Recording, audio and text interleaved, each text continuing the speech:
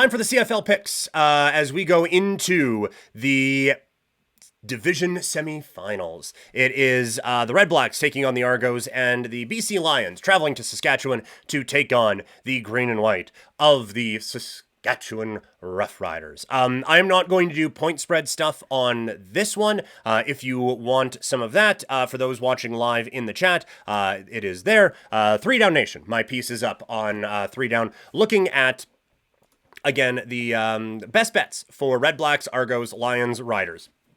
We got 2 games, and there are 2 plays on each of them, so go there for that one. But just going to give some of the analysis for these games anyway. Ottawa taking on Toronto. It is a 1 o'clock start on Saturday afternoon. The Toronto Argos are making their way into the postseason. They are playing at home. Things really shifted for these 2 teams when they played, after they played on September 7th. From there, the Argos went on a roll, winning 4 of 5 before losing last week in a game that didn't matter, and Ottawa lost 5 in a row before playing the game that didn't matter in that last one.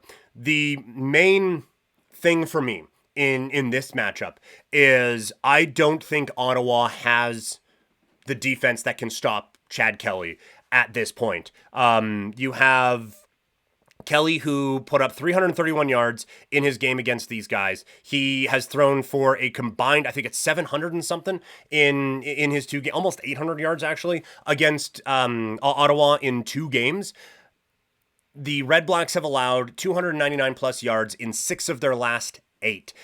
Now, they've limited teams from turning that into points, but I think that Kelly has a big day. I think this Ottawa defense just doesn't have what it takes to slow these guys down. And the last one, I do think that there is a lot of smoke and mirrors in what Ottawa was doing at the beginning of the season. We have talked about this here ad nauseum. The Ottawa Redblacks against playoff teams this year are 3-7-1. Their 2 road wins this season came against Calgary, who sucks, and Edmonton, who sucked at the time. So I don't think they are on this level, despite what some of the numbers may look like season long. I think when you break it down to when they played the actual good teams in this league, it didn't go well for them. Now, one of their wins was against Toronto. It was at home.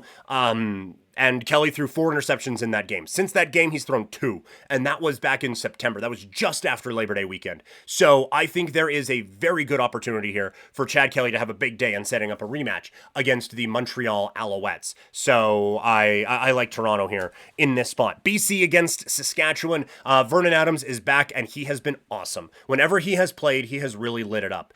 It goes up against a Riders defense that has given up actually a fair amount through the air. They are, I believe, kind of middle of the pack in the Canadian Football League when it comes to defending the pass. It's just they have been able to force a lot of interceptions and force a lot of turnovers. Their turnover numbers this season are just absolutely incredible for the last little bit as well. I'm fairly certain I had that in here. Maybe it got taken out. No, here we go. The Riders held last 4 games. The Riders held starting quarterbacks to under 280 yards in 3 of those 4. MBT went off. But forcing 13 takeaways in 4 games. This defense has been absurd in creating turnovers. And that is something. Vernon Adams, when he is under pressure, he will throw it up and just trust his guys. And more often than not, Saskatchewan has been able to come down with those. And so you are really kind of flipping a coin with that, because you have a defense that is really good at taking advantage of those situations. And you have on the other side, Justin McInnes, who is really good at winning those situations. So I think that is where this game is going to be won and lost. The big thing for Saskatchewan, they have dominated teams on the ground this year. They have completely shut down running games. William Stanback, 2 of his bottom 4 rush yard games this season have come against the green and white, including his worst one by a bunch, where he got held to, I think it was 13 yards on 12 carries.